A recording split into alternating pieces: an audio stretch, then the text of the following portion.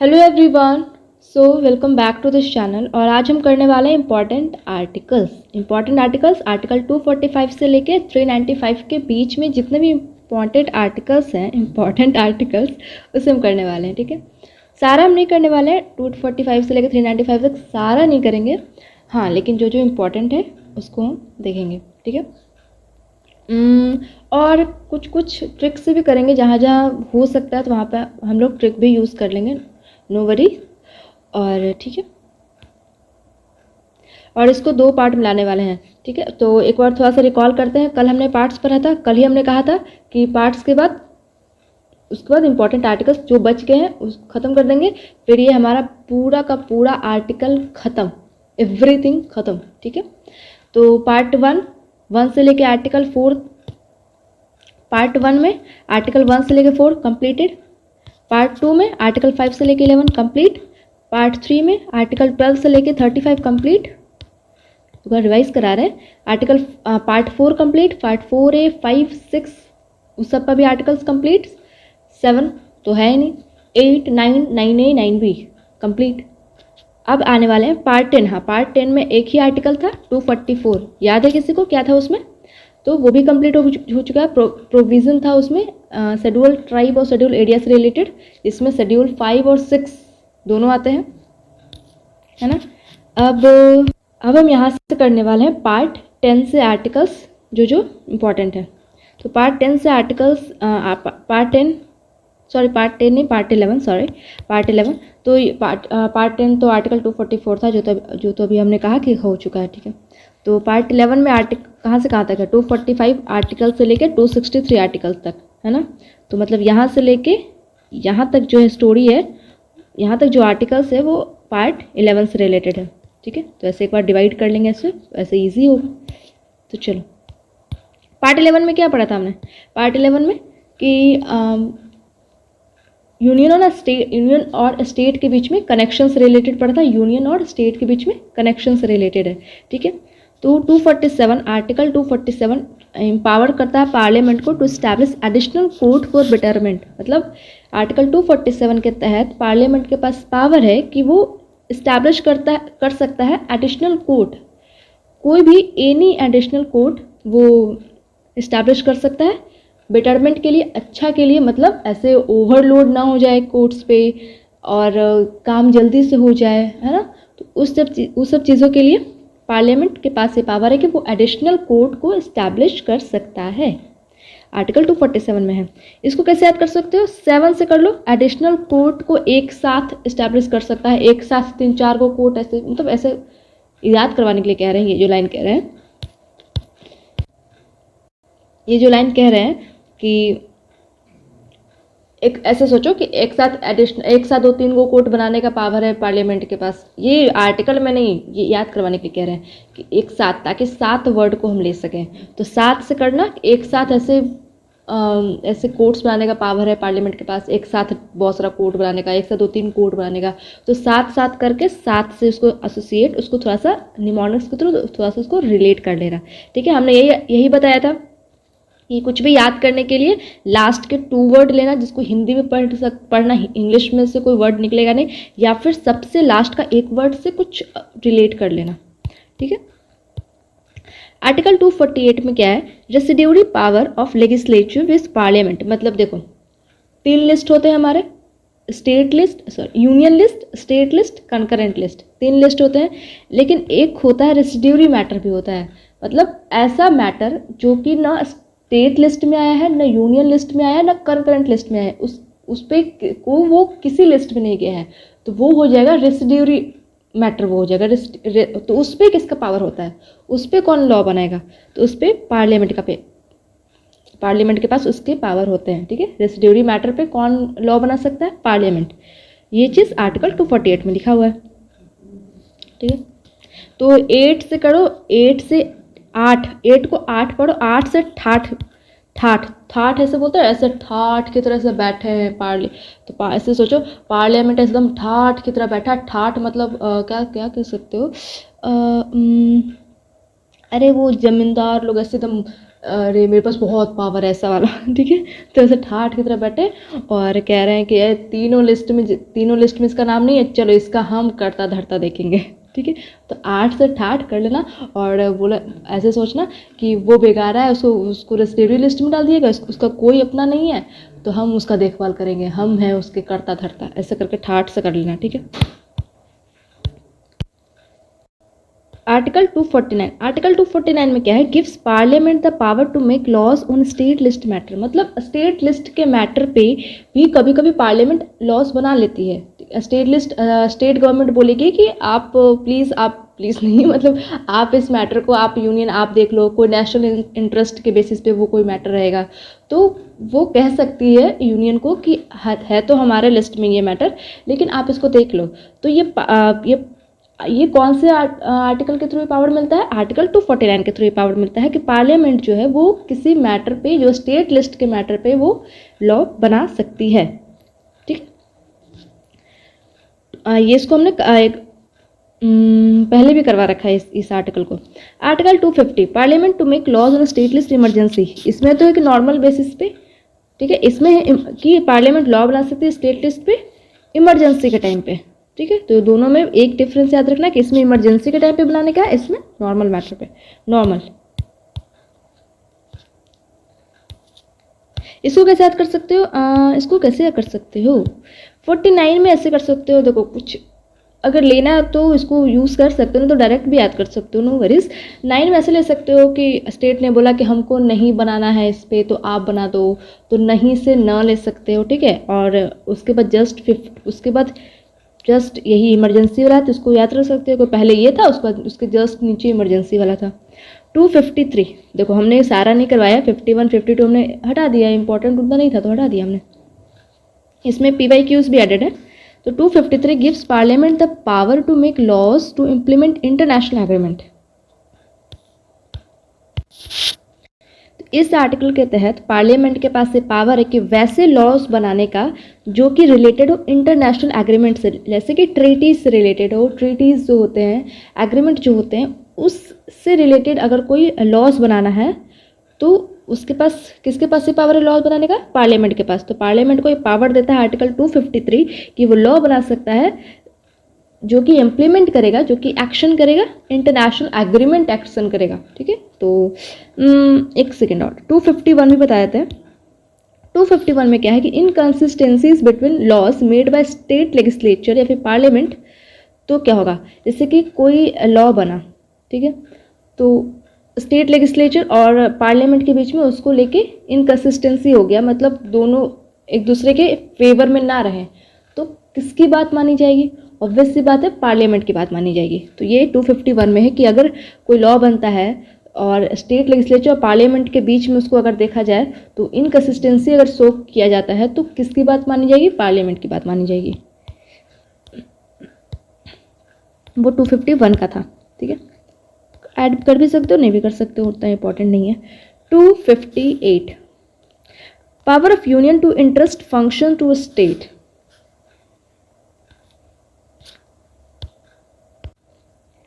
इसमें क्या है कि यूनियन के पास पावर है कि इंटरेस्ट का मतलब होता है असाइन करना रिस्पॉन्सिबिलिटी स्टेट को। मतलब यूनियन के पास ये पावर है कि वो किसी मैटर को कह सकता है, जरूरी नहीं है कि वो मैटर स्टेट के फेवर में हो, मतलब स्टेट लिस्ट में हो, उसके दायरे के बाहर भी हो सकता है वो मैटर ठीक है। स्टेट उस लिस्ट के में ना हो वो, या फिर यूनियन लिस्ट का वो मैटर हो और स्टेट लिस्ट के दायरे के बाहर हो, तो वो भी हो सकता है, वो मैटर कोई भी मैटर हो सकता है।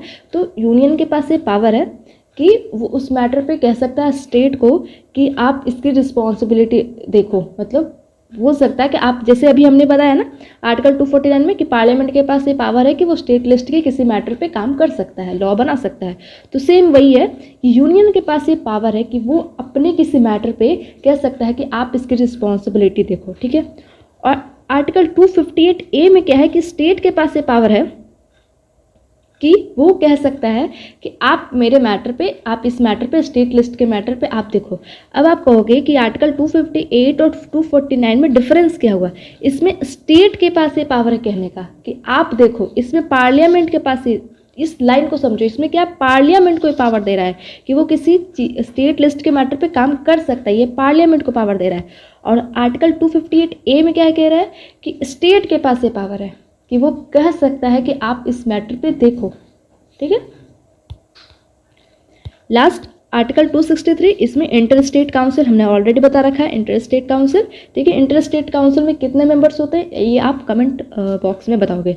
और वैसे तो इसमें सारे आर्टिकल्स हो गए, एक आर्टिकल्स और इंपॉर्टेंट नहीं है, फिर भी अगर देखना तो देख लो कि आर्टिकल 257, इसमें क्या है कि यूनियन गवर्नमेंट को पावर देती है डायरेक्शन इशू करने के लिए स्टेट गवर्नमेंट को कुछ कुछ केसेस में।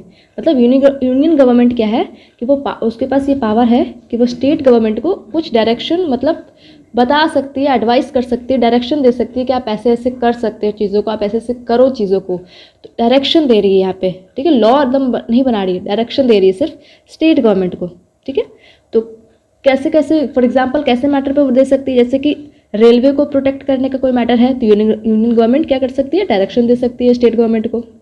या फिर कम्युनिकेशन सिस्टम को मेंटेन करने से रिलेटेड है, या फिर कम्युनिकेशन सिस्टम को कंस्ट्रक्ट करने से रिलेटेड है, ऐसे मैटर्स पे यूनियन गवर्नमेंट जो है वो स्टेट गवर्नमेंट को डायरेक्शन इशू कर सकती है। ये आर्टिकल 257 में है। अब आते हैं 265 से। 265 से लेके कहाँ से कहाँ तक ये पार्ट,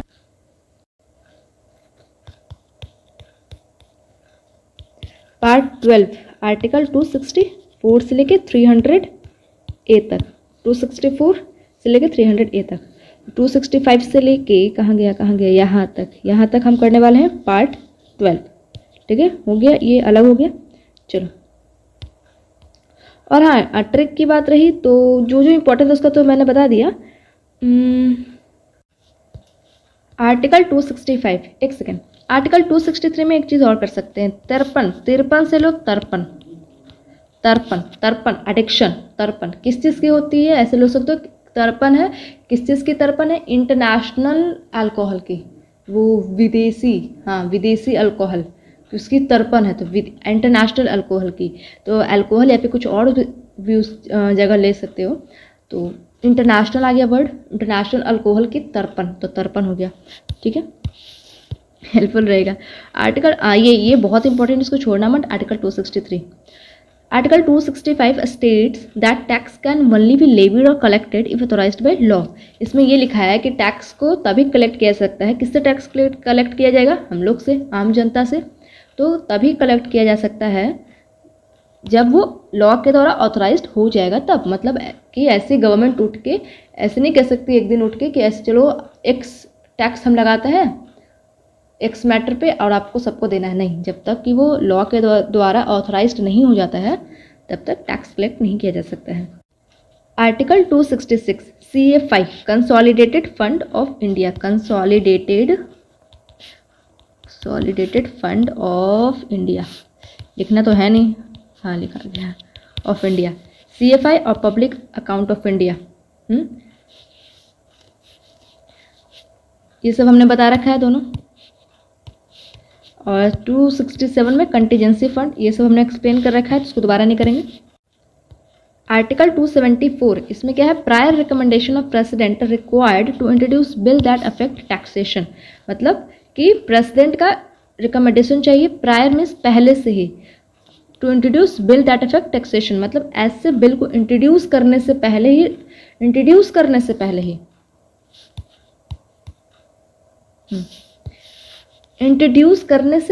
ही चाहिए प्रेसिडेंट का रिकमेंडेशन। मतलब इंट्रोड्यूस करना है तो उसके पहले प्रेसिडेंट का रिकमेंडेशन लेना पड़ेगा। प्रायर का मतलब पहले से ही। कैसे बिल को इंट्रोड्यूस करने से पहले, वैसे बिल जो कि अफेक्ट करते हैं टैक्सेशन को, टैक्सेशन से रिलेटेड कोई अगर बिल है तो उसको इंट्रोड्यूस करने से पहले प्रेसिडेंट का रिकमेंडेशन चाहिए। आर्टिकल 274 में लिखा है। आर्टिकल 279A सबको पता है, GST काउंसिल का क्रिएशन से रिलेटेड है। ये कब हुई लागू, 1 जुलाई 2017 से लागू हुआ है। ये वेरी इंपॉर्टेंट, ये डेट याद रखना, सबको वैसे याद ही होगा। आर्टिकल 280 में फाइनेंस कमीशन हमने ऑलरेडी कर रखा है, फाइनेंस कमीशन। आर्टिकल 292 में बोरोइंग बाय यूनियन, मतलब अगर यूनियन के पास ये पावर है कि यूनियन मनी बोरो कर सकती है, ठीक है। और वो बोरो करती है क्या यूज़ करके, कंसोलिडेटेड फंड ऑफ इंडिया को एज ए सिक्योरिटी यूज़ करके वो बोरो करती है। कौन से फंड? कंटीजेंसी नहीं, वो तो इमरजेंसी के टाइम यूज होता है। कंसोलिडेटेड फंड को एज ए सिक्योरिटी यूज़ करती है मनी बोरो करते वक्त। और आर्टिकल 293 में क्या है? बोरोइंग बाय स्टेट, मतलब स्टेट भी मनी बोरो कर सकता है। ये कौन सा सिक्योरिटी यूज़ करेगा? कंसोलिडेटेड फंड ऑफ स्टेट, उसको एज ए सिक्योरिटी वो यूज़ करेगा। ठीक है। आर्टिकल 300A सबको पता है, राइट टू प्रॉपर्टी। और ये कौन से अमेंडमेंट के थ्रू हुआ है ये आप कमेंट बॉक्स में बताओगे। ठीक है। चलो ट्रिक देखते हैं, कुछ बनता है क्या। चलो कुछ आ रहा है। 65 से लो 65 पाई 65 65 पाई पाई पाई पाई 65 पाई पाई 65 पाई पाई 65 65 नहीं 65, थोड़ा इसको पढ़ो, और पाई पाई। तो कह रहे हैं कि अगर कोई भी टैक्स कलेक्ट करना है तो उसका पाई पाई हिसाब मतलब देना पड़ेगा गवर्नमेंट को, कि हम इस चीज़ के लिए टैक्स कलेक्ट कर रहे हैं, इस चीज़ के लिए टैक्स कलेक्ट कर रहे हैं, पाई पाई का हिसाब देना पड़ेगा। तो पाई पाई 65। फाइनेंस कमीशन 80 से कर सकते हो। अच्छी फाइनेंस कमीशन बड़ी अच्छी है यार। फाइनेंस कमीशन पैसे से रिलेटेड है कमीशन, तो बड़ी अच्छी कमीशन है। ठीक है। जीएसटी काउंसिल सबको ये पता है, ये दोनों इंपॉर्टेंट है, ये तो डायरेक्ट ही याद रखना। और कंटीजेंसी में ऐसे कर सकते हो, या फिर अगर याद नहीं तो ऐसे कर सकते हो। कंटीजेंसी इमरजेंसी के टाइम पे है। और 7 जो है वैसे तो 7 से भी लेते हैं, और 7 से थोड़ा नेगेटिव जाता है। 17 खतरा ये सब लेते हैं ना, 17 खतरा। तो 7 को एज ए नेगेटिव वर्ड ले सकते हो। देखो कोई ऑफेंस फील मत करना अगर किसी के लिए अगर पॉजिटिव होगा, तो बस याद करवा रहे हैं। तो 7 से वैसे ले सकते हो कि 17 से खतरा लेते हैं। 3 को भी वैसे लेते हैं, 3 तिगाड़ा काम बिगाड़ा वाला, तो निगेटिव वे में उसको यूज़ किया जाता है। ऐसे मोस्ट ऑफ द टाइम्स ऐसे करते हैं। तो 7 को वैसे ले सकते हो। अगर डायरेक्ट कर सकते हो डायरेक्ट करना, क्योंकि ये बहुत इंपॉर्टेंट है। फिर हाँ, इसमें ऐसे कर सकते हो 9-2 क्या है? 9-2-11 हो जाना। तो यूनियन से बोरो किया, मतलब एक विजयमाला को ले लो। विजयमाला पता है सबको कि इंडिया से बहुत सारा लोन लेके, करोड़ों का लोन लेके भाग गया है, विदेश भाग गया है, पता है सबको। हमने बताया भी है इसको पहले वीडियोस में। तो इसको विजय माल्या, फिर 2-3 नाम हमने बताया था ना, उसमें से किसी नाम को उठा लो। विजय माल्या को ले लो। और वो क्या किया कि वो 9-2-11 हो गया, मनी बोरो किया, 9-2-11 हो गया। तो बोरोइंग मनी हो गया, और 9-2-11 से 9-2 हो गया ना। और फिर उसके बाद जस्ट उसके नीचे स्टेट वाला है, तो डायरेक्ट याद हो जाएगा स्टेट वाला। फिर कि 9-2 के बाद 9-3 वाला में स्टेट है। 300A सबको everyone knows, right to property है इसमें। चलो अब आ गया हमारा दूसरा पार्ट आ गया। अब आते हैं पार्ट 13 पे, जो कि आर्टिकल 301 से लेके 307 तक है। मतलब 1 से लेके कहाँ तक पढ़ने वाले हैं? 1, 2, 3 यहीं तक पढ़ने वाले। इसमें 3 इंपॉर्टेंट आर्टिकल्स हमने निकाला है, 301, 302, 303। ये पार्ट 13 किससे से रिलेटेड है? ट्रेड एंड कॉमर्स से, ट्रेड एंड कॉमर्स। ठीक है। चलो 301 में क्या है? Freedom of trade commerce through out the country. Trade क्या फ्रीडम है? ट्रेड करने के लिए फ्रीडम है थ्रू आउट द कंट्री, मतलब कंट्री में, through out the country. Article 302 में क्या? Impose restriction on trade and commerce. मतलब फ्रीडम तो है लेकिन कुछ तो रेस्ट्रिक्शन लगाना पड़ेगा ताकि कोई मिसयूज ना करे इस फ्रीडम का। तो रिस्ट्रिक्शंस इसमें है, इसमें कुछ समझने का तो है नहीं। इसमें फ्रीडम दिया है, इसमें थोड़ा सा रिस्ट्रिक्शन दिया है। 303 में क्या है? Limit legislative power of union and state to make laws about the trade. ठीक है। तो ये जो रेस्ट्रिक्शंस लगाते हैं ट्रेड ऑन कॉमर्स पे, रेस्ट्रिक्शंस कौन लगाते हैं? किसके पास ये पावर रेस्ट्रिक्शन लगाने का? पार्लियामेंट के पास पावर है। तो यहाँ पे क्या किया है? यहाँ पे क्या किया 303 में कि पार्लियामेंट के पावर को लिमिट किया है। पार्लियामेंट मतलब यूनियन में भी या फिर स्टेट में भी, स्टेट लेजिस्लेचर के पावर को लिमिट किया है कि वो लॉस, ऐसा कोई लॉ मतलब ट्रेड से रिलेटेड लॉ बनाने में थोड़ा सा उसके पावर को लिमिट किया है। लुक सिंपल, 301 में फ्रीडम दे दिया कि आप जाओ ट्रेड करो, कहीं भी जाकर ट्रेड करो थ्रू आउट द कंट्री। 302 में क्या किया कि थोड़ा सा रेस्ट्रिक्शंस लगा दिया कि ट्रेड करो लेकिन कुछ तो रेस्ट्रिक्शन लगाओगे वरना मिसयूज़ कर देंगे उसका लोग। तो ये रेस्ट्रिक्शंस कौन लगाएगा? पार्लियामेंट। अब ये ना हो कि पार्लियामेंट को मन किया कुछ भी रेस्ट्रिक्शन लगा दिया वो, या फिर किसी स्टेट को बायस पे में देख लिया, किसी स्टेट को फेवर कर दिया, किसी स्टेट को रेस्ट्रिक्शन ज़्यादा लगा दिया। तो ये बायस ना करे, को डिस्क्रिमिनेटरी लॉ ना बना दे वो, है ना। एक स्टेट से लेकर दूसरे स्टेट में, तो एक स्टेट को पूरा फ्रीडम दे दिया, एक स्टेट को थोड़ा सा लॉ वॉल लगा के ऐसे उसको रोक दिया। तो ये इसलिए पार्लियामेंट पे भी थोड़ा रिस्ट्रिक्शंस लगना चाहिए, ताकि वो लॉ बनाए तो थोड़ा रिस्ट्रिक्शंस पे बनाए, वो ऐसे डिस्क्रिमिनेटरी वे में ना बनाए। तो ये आर्टिकल है 303 के तहत, ठीक है। इसमें रिस्ट्रिक्शंस देगा पार्लियामेंट, और इसमें पार्लियामेंट के ऊपर रिस्ट्रिक्शंस है कि वो ट्रेड से रिलेटेड लॉ बनाए, तो थोड़ा सा उसके ऊपर रिस्ट्रिक्शंस है, कुछ भी ना बना दे वो। सिंपल है। इसमें याद करने का, इसमें क्या है, इसमें तो ट्रेड से रिलेटेड है ना, तो 1 2 3 डायरेक्ट ही तो है। इसमें 1 का याद करने का है, 2 का याद करने का है, 3 का याद करने का है ना।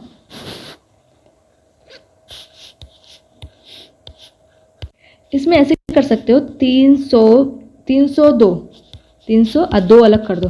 तो ऐसे कह रहा है कि देखो भाई 302 दो मतलब दो, ये वाला दो नहीं, ये वाला दो, 302, तो हम तुम्हारा ये सामान आगे, तुम्हारा ये जो सामान है उसको हम आगे पास करवाएंगे, नहीं तो हम यहीं रोक देंगे। रेस्ट्रिक्शंस आ गया बट रोक देंगे, ठीक है। तो 302 नहीं तो तुम्हारा हम सामान यहीं रोक देंगे, करते हैं ना लोग ऐसे, ब्राइबरी लेते हैं, तो वो कर दे सकते हो। 302 वैसे ले सकते हो।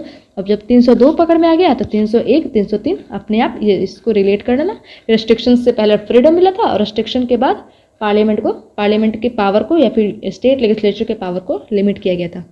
हो गया, 1 2 3 लाइन से है ये तो। अब आते हैं दूसरे पार्ट में। पार्ट 14 ये कहाँ से कहाँ तक है, 308 से लेके 323 तक। और पार्ट 14 में क्या था, service under union and state, मतलब यूपीएससी और एसपीएससी के बारे में इसमें हमने बात की थी, ठीक है। तो ये है यहाँ से 312 से लेके 323 है ना, तो यहाँ तक है। हाँ यही तो है, ये दोनों तो आर्टिकल है। चलो 312 में क्या है, ऑल इंडिया सर्विस, मतलब कि ऑल इंडिया सर्विस को बना सकते हैं, जिस कोई भी न्यू ऑल इंडिया सर्विस बनाया जा सकता है, और ये बनाने का पावर किसके पास है, राज्यसभा के पास है, ठीक है। और ये कि राज्यसभा जो है वो कोई भी न्यू ऑल इंडिया सर्विस बना सकता है, जैसे कि for example all India service जैसे Indian administrative service, Indian police service, Indian forest service, ये सब क्या है, ऑल इंडिया सर्विस है। तो ये बनाने का पावर किसके पास है, राज्यसभा के पास है, ठीक है। इंपॉर्टेंट आर्टिकल है, इसको ध्यान रखना। जैसे 1 2 3 ऐसे किए थे ना, ऑर्डिनेंस याद किए थे ना, 1 2 3 गो, ऑर्डिनेंस गो, पावर गो, मतलब ये ordinance order go, but president के पास ये पावर था, ऑर्डिनेंस वो पास कर सकता है आर्टिकल 1 2 3 के तहत, है ना। तो इसको ऐसे ही उल्टा इसको कर लो थोड़ा सा, 3 3 1 2 करके, 3 2 1 मत कर देना, 3 1 2 करके, ठीक है। इसको ऐसे थोड़ा कर लेना कि नया ऑल इंडिया सर्विस ऐसा बन गया। इंपॉर्टेंट है, इसको ध्यान रखना, कैसे भी ध्यान रखना बस। चलो ये वाला 315 से लेकर 323 ये तो हमने बता रखा है, यूपीएससी और एसपीएससी से रिलेटेड है, तो ये ऑलरेडी हमने करवा रखा है। आर्टिकल 323A और आर्टिकल 323B सिर्फ 2 ही आर्टिकल है पार्ट 14A में, और ये ट्रिब्यूनल से रिलेटेड है। ट्रिब्यूनल हमने ऑलरेडी 2 बार बता रखा है, पार्ट्स में भी बताया था। अगर आपको नहीं पता ट्रिब्यूनल तो आप पार्ट्स वाले वीडियो देखो, उसमें पता चलेगा ट्रिब्यूनल्स क्या होते हैं।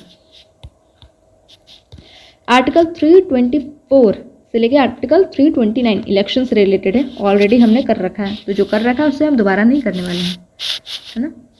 अब आते हैं ये पार्ट 15 ऑलरेडी कर रखा है। अब आते हैं पार्ट 16 पे। पार्ट 16 किससे रिलेटेड है, special provision for SC ST और BC से रिलेटेड है, शेड्यूल कास्ट, शेड्यूल ट्राइब और बैकवर्ड क्लासेस से रिलेटेड है। पार्ट 16 आर्टिकल कहाँ से कहाँ तक है, 330 से लेके 342 तक, 330 से लेके 300, ये ऊपर ज़्यादा ऊपर है, चलो ठीक है, 330 से लेकर 342 नीचे चला जाएगा। इसको देखते हैं। एससी और एसटी का रिजर्वेशन होगा लोकसभा में। ये आर्टिकल 330 में लिखा हुआ है कि एससी और एसटी का रिजर्वेशन होगा लोकसभा में। आर्टिकल 330 में लिखा हुआ है, ठीक है। आर्टिकल 330 का ए में लिखा हुआ है कि वुमेन का रिजर्वेशन होगा लोकसभा में। 3 लोकसभा का है, 3 लेजिस्लेटिव असेंबली का है, ठीक है। तो एससी का रिजर्वेशन लोकसभा में 330, वुमेन का रिजर्वेशन लोकसभा में आर्टिकल 330 ए, ठीक है। और एंग्लो इंडियन का रिजर्वेशन लोकसभा में आर्टिकल 331। चलो अब ये है बात कि ये जो आर्टिकल 331 में एंग्लो इंडियन रिजर्वेशन इन लोकसभा ये था, अब ये नहीं है, अब ये उसको हटा दिया गया है, ठीक है। और ये कितने एंग्लो इंडियंस रिजर्वेशन होते थे? कितने? 2 के होते थे, लेकिन अब हटा दिया गया है। कौन से अमेंडमेंट के through? Amendment 104th amendment act, constitution amendment act 2019। याद आ रहा है? हमने अमेंडमेंट पे इसको कर रखा है। तो 104th अमेंडमेंट एक्ट 2019 के तहत एंग्लो इंडियंस का रिजर्वेशन लोकसभा में और Anglo 104th constitution amendment act 2019 का ना। तो इसमें इस अमेंडमेंट के तहत एंग्लो इंडियन का रिजर्वेशन लोकसभा में और एंग्लो इंडियन का रिजर्वेशन लेजिस्लेटिव असेंबली में, दोनों में हटा दिया गया है। दोनों में रिजर्वेशन हटा दिया गया है एंग्लो इंडियंस का। दोनों एक ही अमेंडमेंट से हटा है, अमेंडमेंट 104th कॉन्स्टिट्यूशनल अमेंडमेंट 2019, ठीक है। ये पास कब हुआ? 2020 में। इसमें 2 काम हुए थे। एक तो हटाया गया था ये दोनों को, दूसरा रिजर्वेशन को एक्सटेंड किया गया था फॉर 10 साल के लिए। हमने इसको पढ़ा था ना, अमेंडमेंट पढ़ा था। तो इसमें 2 काम हुआ था। एक तो एंग्लो इंडियन का रिजर्वेशन हटा दिया गया था, दूसरा एससी और एसटी का जो रिजर्वेशन है लोकसभा और लेजिस्लेटिव असेंबली में, इसको एक्सटेंड किया गया था 10 साल के लिए, ठीक है।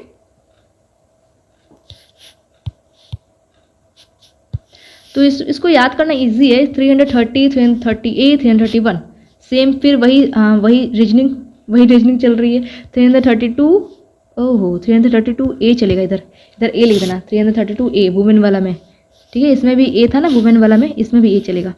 333 सेम रीजनिंग से चल रही है। इसको कैसे याद करोगे? इसको ऐसे याद करोगे कि ऐसा कर लो कि 33% कुछ रिजर्वेशन दे रहा है, ऐसे करके थोड़ा सा ले लो, है नहीं, लेकिन ऐसे करके ले लो। 33% कुछ रिजर्वेशन करके कर लो कि 33 से 33 हो जाएगा, 33 से 330 हो जाएगा। क्योंकि एक अगर पकड़ में आ गया ना ऊपर वाला, तो फिर तीनों वैसे रीजनिंग से तीनों कर लोगे। 330 था, 330 एक था, 331, 332 था, 332A, 333, है ना। रीजनिंग से सारा कर लोगे, एक बस पकड़ में आ जाए। तो इसको ऐसे कर सकते हो कि 33% रिजर्वेशन था SC ST, या फिर किसी को भी तुम निकाल सकते हो इसमें, ठीक है। एक को बस कुछ भी रिलेट कर लो, कैसे भी करके 33 से करके, बाकी यहाँ तक ऑटोमेटिक याद हो जाएगा। चलो अब चलते हैं। हाँ, ये तो SC ST का रिजर्वेशन लेजिस्लेटिव असेंबली, वुमेन का रिजर्वेशन लेजिस्लेटिव असेंबली 332A है, इसको एक कर लेना, वापस मैं बता रही हूँ। और एंग्लो इंडियन का रिजर्वेशन लेजिस्लेटिव असेंबली आर्टिकल 333, जो कि हटा दिया गया 104th constitutional amendment act 2019। Article 335, इसमें क्या है? Relaxation in recruitments of SC ST in service. मतलब कि SC ST को गवर्नमेंट जॉब में रिक्रूट करने के लिए उन्हें कुछ रिलैक्सेशन दिया जाएगा। मतलब कट ऑफ कम जाता है ना SC ST का, कट ऑफ में रिलैक्सेशन मिलती है, तो वैसे ही वही SC ST को गवर्नमेंट जॉब में रिक्रूट करने के लिए उन्हें कुछ रिलैक्सेशन दिया जाएगा। आर्टिकल 335 में लिखा हुआ है। आर्टिकल 338 ऑलरेडी कर रखा है, national commission for SC। Article 338A national commission for ST। Article 338B से याद किया था BC, national commission for BC। और आप बताओगे ये तीनों कौन से अमेंडमेंट में आते हैं? ये कौन से अमेंडमेंट के थ्रू है? ये दोनों कौन से अमेंडमेंट के थ्रू है, ये आप मुझे कमेंट बॉक्स में बताओगे, ऐसे आपका रिवीजन होगा, ठीक है। आर्टिकल 339 हाँ, कहाँ तक था हमारा ये पार्ट? 342 तक था ना, कहाँ गया?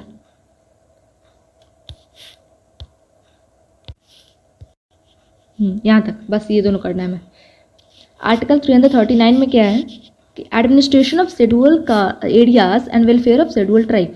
मतलब शेड्यूल्ड एरिया जो है उनको कैसे एडमिनिस्ट्रेट करना है ये आर्टिकल 339 में लिखा हुआ है, और उनके वेलफेयर के लिए, शेड्यूल ट्राइब के वेलफेयर के लिए काम करना है, ये सब आर्टिकल 339 में लिखा हुआ है।